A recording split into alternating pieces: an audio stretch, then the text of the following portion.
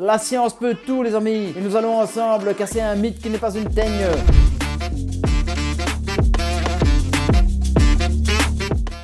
Quand on fait tourner le vin dans un verre propre, on peut admirer la formation de larmes sur la paroi du verre. Démonstration sous vos yeux ébahis. Voilà, on fait tourner le vin dans le verre et puis vous voyez que se forment des larmes sur la paroi du verre si la mise au point fonctionne. Ces larmes sont parfois appelées des jambes, des cuisses, des mollets, des salamis, des jambons, que sais-je encore. L'erreur subtile est que souvent on relie ces larmes à la qualité du pinard. Plus il y aurait de larmes et plus le vin serait meilleur. C'est de la fausse science, c'est du mensonge éhonté, pire qu'un arracheur de dents. Pourquoi? Because ces larmes sont reliées à un simple effet physico-chimique qu'on appelle l'effet Marangoni, du nom de physicien italien Carlo Marangoni, qui vivait au 19e siècle en Italie et sans internet. Il s'agit en vérité d'une simple astuce physico-chimique qu'on peut décomposer en 3 étapes. Primo, on tapisse une couche d'eau et d'éthanol sur la surface du verre. Ça, c'est quand vous faites tourner le vin dans le verre. Secondo, l'éthanol s'évapore